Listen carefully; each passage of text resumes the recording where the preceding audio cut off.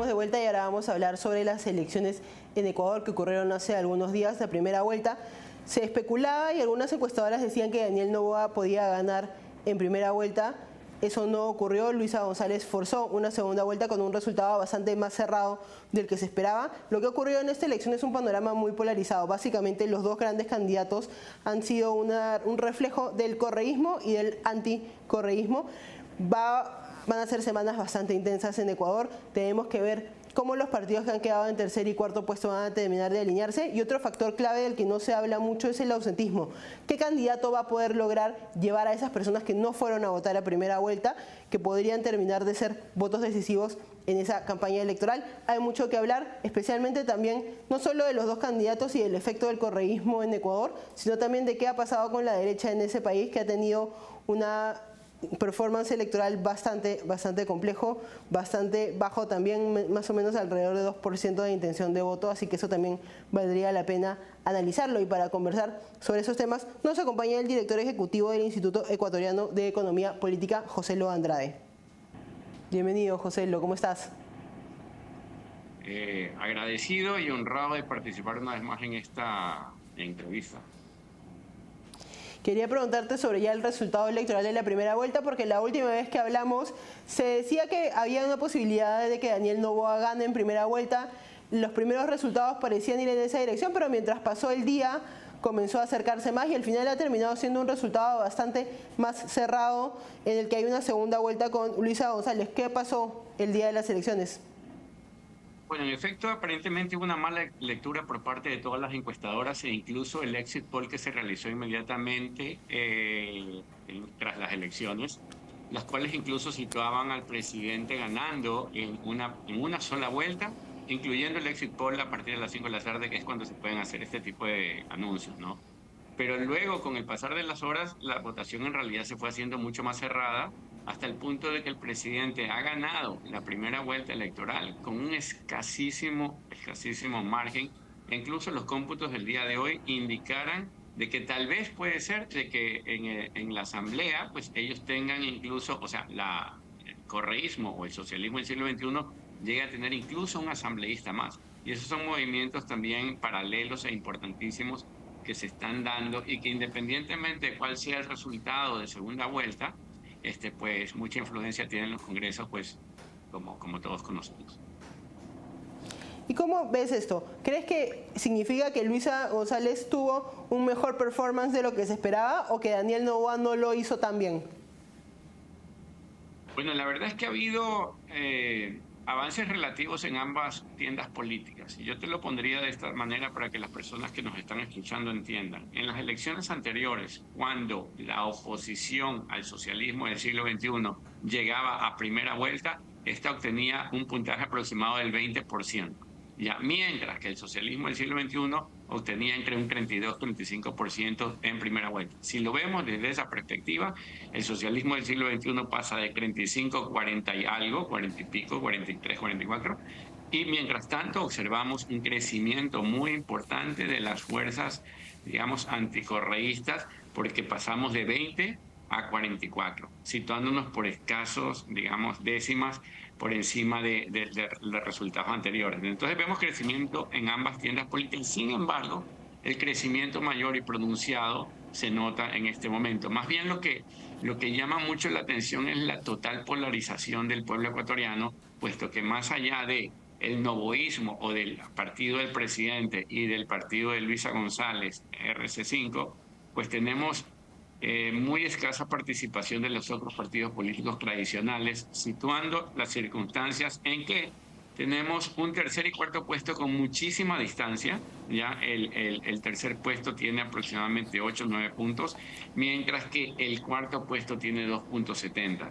Entonces, estos resultados son atípicos, muestran una polarización extrema. Yo creo que el ecuatoriano o el electorado ecuatoriano que no cree en el socialismo del siglo XXI apostó por zanjar de una sola vez, digamos, este problema, y sin embargo no fue lo suficientemente contundente. Ahora estamos, digamos, en un nuevo momento. En este momento hay que ver qué es lo que está sucediendo, qué es lo que va a suceder, digamos, en el muy corto plazo. Pero sin embargo, al día de hoy, yo te diría que no se puede observar claramente en el presidente un cambio de estrategia. Y para ganar esos puntos que son importantísimos en orden a salvar estas circunstancias, debe haber algún tipo de cambio. Es verdad que el respaldo o el anticorreísmo es fuerte. Sin embargo, el presidente ha generado determinada resistencia en algunos sectores y esa resistencia tiene que ser vencida precisamente con un cambio comunicacional, con un cambio de estrategia, con un cambio de dirección, o por lo menos con el reconocimiento de que hay cosas que tienen que mejorarse en orden a convencer a esas personas que no están muy de acuerdo con lo que el presidente ha hecho o con los resultados que ha tenido su gobierno. ¿Cuál es el peso que crees que van a tener estos partidos que han quedado en tercero, cuarto puesto? La derecha bastante detrás, va a ir atrás de Noboa. El otro partido que quedó en tercer puesto, que es un poco más radical, ¿tú crees que termine generando el peso que necesita Luisa González? Mira, o sea, si pudiese apostar, en realidad me inclinaría a creer que las fuerzas de oposición al socialismo del siglo XXI van a ganar esta elección con un margen muy estrecho, ¿ya? Pero para que esto suceda o para que las condiciones que menciono se realicen, lo que tiene que suceder en este momento es que haya determinado cambio de dirección en la comunicación del presidente. Los votos de la cuarta candidata, la que llegó cuarta, Andrea González, me imagino o supongo, la verdad, no tienen mayor resistencia a migrar hacia el respaldo de Daniel Noboa. Y lo importante más bien sería qué es lo que va a acontecer con el movimiento indígena representado en esta elección por Nicolás Issa, ¿ya? Un dirigente muy radical. Y aquí tenemos que mencionar lo siguiente. Si bien el movimiento indígena en su mayor parte, digamos, o al menos en su cúpula política, tiene ideas socialistas y coincide ideológicamente con la Revolución Ciudadana, con el partido del prófugo de la justicia, Rafael Correa, lo cierto es que sí han estado distantes políticamente a lo largo de estos últimos años. En un principio trabajaron juntos, luego se pelearon. Entonces, por razones políticas, no está claro que vaya a haber un apoyo del movimiento indígena total hacia la candidatura de Luisa. Y de hecho ya se ha visto que en anteriores elecciones ese mismo movimiento indígena ha sido, digamos, parcelado y esta votación de sus miembros o de sus electores se ha dividido al punto de que esa división jugó, digamos, a favor, por ejemplo, del presidente Lasso y del presidente Noboa en su momento.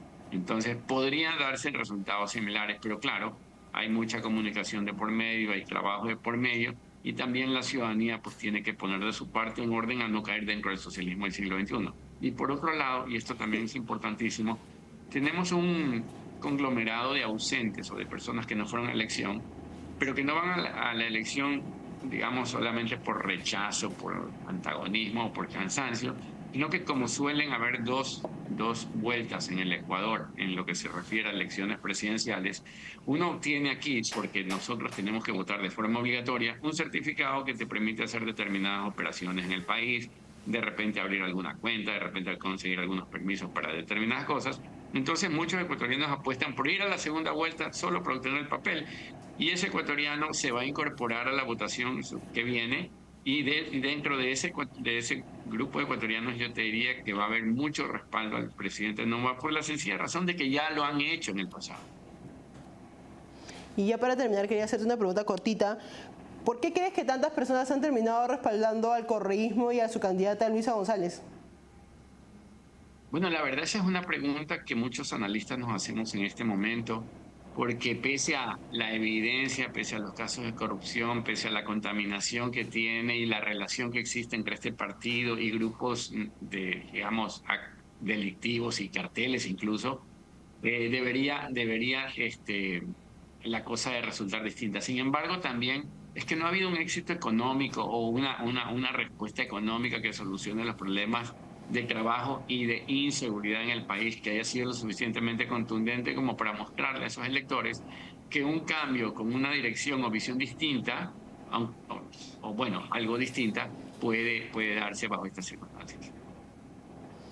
Bueno, creo que este proceso electoral nos va a dar bastante para hablar, precisamente porque también queda la pregunta suelta de qué ha pasado con la derecha en Ecuador, ¿no? Al final Noboa es anticorreísmo, pero no necesariamente es de derecha, y creo que vamos a poder conversar de eso después. Muchas gracias por acompañarnos, José Lo.